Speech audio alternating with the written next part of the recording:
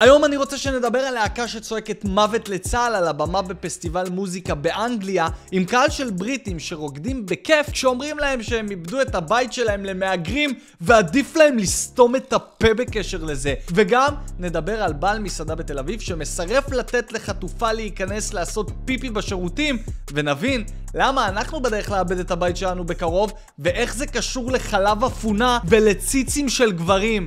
אז ככה נראה פסטיבל מוזיקה באנגליה. אני חוזר חברים, זה פסטיבל מוזיקה, לא הלוויה של חמאסניק בח'אן יונס עזה. על הבמה הזאת עלו השבוע הרכב בשם בוב וילן, שזה כמו בוב דילן היהודי, רק בלי הכישרון, ועם שם ששינו אותו קצת והפכו אותו לשלהם, שזה מעשה לא מפתיע כל כך שמגיע מלהקה פרו-בלסטינית. יש כל כך הרבה שמות, אבל הם רוצים גם את שלנו, כמובן. אבל לשנות את השם לבוב דילן ולהפוך אותו לסמל פרו-בלסטיני, זה מרגיש ישן. זה זמר ישן. אם כבר, הם היו צריכים לגנוב שם של זמרים יהודיים עכשוויים. למשל, חביב גפן, דודו גזה, ואחינועם ניני. לאחינועם ניני לא צריך לשנות שום דבר, כי אי אפשר לעשות אותה יותר אנטי-ישראלית ממה שהיא עכשיו. אם היא תלך קצת יותר שמאלה מזה, היא תתחיל להסתובב במעגלים. בקיצור, בוב וילן זאת להקה ששרה בעיקר שירי מחאה. כמו שבארץ יש לנו את הדג נחש, פנינה רוזנבלום ואיבן דליר. בהופעה הזאת, כמו שכבר בטח שמעתם, בוב וילן עלו ונתנו כמה מהלהיטים הטובים ביותר שלהם, כמו בלסטין בחינם, From the river to the sea, From the river to the sea. וחידשו עם סינגל חדש, מוות לצה"ל. Death to the IDF. להקה משובחת אין ספק, הייתה נכנסת בכיף לפלייליסט בספוטיפיי של אדולף היטלר. איך הגענו שוב לנקודה הזאת של לשנוא יהודים זה המגניב החדש? הדבר האופטימי בעניין הזה זה שאני מקווה שהיהודים הם כמו קעקועים. אני חושב שהבן שלי לא יעשה קעקועים כי הוא יסתכל עליי ויחשוב שקעקוע זה דבר של סקנים, ושהילדים של האירופאים יחשבו שלשנוא יהודים זה עלוב וזה לא מגניב, ואז הם יתגיירו, יניחו תפילים, יחתכו את הקפוצ'ון מהבולבול ויעברו לגור בקריית אונו כאקט של מרד נעורים בהורים שלהם. אז כולם דיברו עכשיו על מה הלהקה הזאת צעקה על מדינת ישראל, אבל על מה לא דיברו כל כך? על זה שבנוסף לזה שהם צעקו את הדברים האלה על הבמה, הם גם שרו שיר שאומר, שמעתי שאתם רוצים את המדינה שלכם בחזרה, סתמו את הפה, זה לא יקרה. שיר שבגדול מסביר לאנגלים שהמדינה שלהם שהכניסה המון מהגרים והרחובות בנירים מלוכלכים יותר מהכינרת אחרי האשים של החג, הם לא הולכים לקבל בחזרה. זה שיר שאומר בפנים לבריטי הלבן, העובד, משלם המיסים ושומר החוק, שהוא עשה טעות כשהוא פתח את השערים במדינה שלו, ושעכשיו זאת גם המדינה של חביבי, ואם יש לו בעיה עם זה, הוא מוזמן לדחוף את הביג בן לתח. ומה עשו הבריטים בקהל? שרו את הפזמון, כי גם ככה הלך להם הבית. אתם קולטים שהיה בן אדם לפני כמה שנים טובות שנלחם במלחמת העולם, רץ בבוץ וקפה מקור כדי שאנגליה תמשיך להיות מדינה חופשית, והיום הנכד שלו שילם 373 יורו כדי לישון באוהל ולרקוד בכיף על שיר שזמר זר שר בו, שבקרוב יבנו מסגד ודוכן קבב מעל הקבר של הסבא שלו. בסוף המהגרים והשמאל הרדיקלי באנגליה רוצים למחוק את הזהות הבריטית, להחליף את האוכלוסייה הבריטית בכללית ולחרבן על כל מה שבריטי. נשמע לכם מוכר?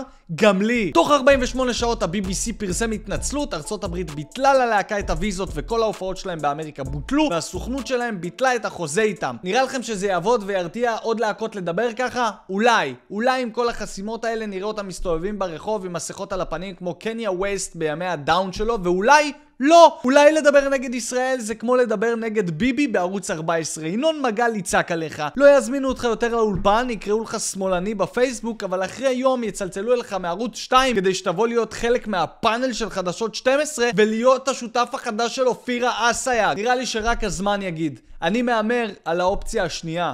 עכשיו אני רוצה שנדבר על משהו מזעזע לא פחות, אבל לא שקרה באנגליה, הוא קרה פה בארץ. שורדת השבי דניאלה גלבוע סיפרה שהיא ביקשה להשתמש בשירותים בקפה נינה בתל אביב, ובעל המקום אמר לה לא. גם אחרי שהיא אמרה שהיא הייתה חטופה בעזה, הוא אמר לה למי אכפת? ותגובה הוא קיבל 3,000 ביקורות של כוכב אחד לדף העסק שלו בגוגל מפס. איזה עונש של ישראלים עצלנים זה לדרג בגוגל כוכב אחד כנקמה. באירופה 2,000 איש שהיו כבר מפגינים מול הבית קפה הזה, ונשים בלי חזייה ועם שערות בשכי היו משתינות לו על הרצפה בעסק, על הבריסטה ועל הקריחים עם הסלט טונה ועלי רוקט. דרך אגב, רק על זה שבית קפה שם עלי רוקט בכריך, צריך להשחית לו את העסק. הם משתמשים בעלים האלה כדי לנפח את התחולה של הקריחון. 47 שקל כריך סלט ביצים, אתה נותן ביס ואין זכר לביצים. אבל בהתחלה חשבתי שאולי לא צריך לכעוס, אולי הוא לא שם לב למה שהיא ביקשה ממנו. בכל זאת, הוא עובד בבית קפה בתל אביב. כל היום נופלים עליו עם בקשות מוגזמות והזויות, כמו תכין לי קפה בכוס זכוכית, תכין לי קפה מחלב אפונה, תפנה אליי בלשון רבים כי אני עוד לא סגור אם אני בן או בת היום. אולי הוא יחליט עד הצהריים, אבל כרגע הוא לא יודע. אי אפשר להאשים בעל עסק בנווה צדק בזה שהוא כבר חצי מקשיב לבקשות של הלקוחות שלו. זה כמו להאשים את יובל המבולבל שעובד עם ילדים על זה שהוא דפק במפים בנחיר. זה מעייף. יש לי ילד אחד, כולה בן 3 חודשים, ונרדמתי כבר פעמיים בנסיעה, רק בשעה האחרונה בדרך לאולפן. אבל אז בעל בית הקפה הגיב ואמר, אנחנו לא מכניסים אנשים שהם לא לקוחות המסעדה לשירותים. נשבע לכם שיותר קל להשתחרר מהשבי של החמאס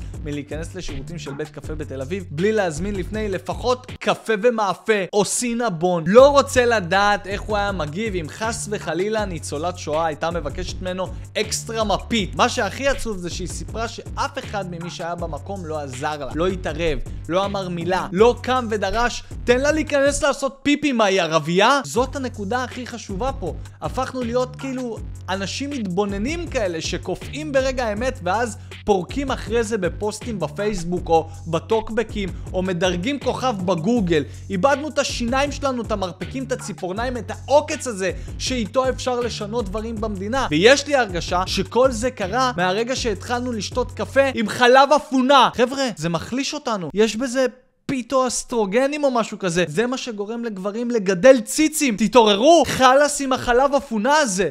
אם אתם רוצים להמשיך לקבל את התוכן שלי, שהוא התוכן הכי טוב ביוטיוב, אין בכלל ספק בזה, ולשמוע על הדברים החשובים ביותר, החשובים פחות והלא חשובים בכלל לאורך השבוע, תעשו סאב לערוץ, לייק לאלגוריתם, תגיבו מה אתם חושבים על הנושאים האלה, ותשלחו לחבר, אולי זה יגדיל את הקהילה, יא לא מתביישים. אם אתם רוצים לדבר איתי ישירות, או לשלוח לי נושאים שהייתם רוצים שנדבר עליהם בפרק הבא, בואו אליי לאינסטגרם או לטלגרם, הלינקים פה למטה. נתראה שוב עוד כמה ימים, ביי.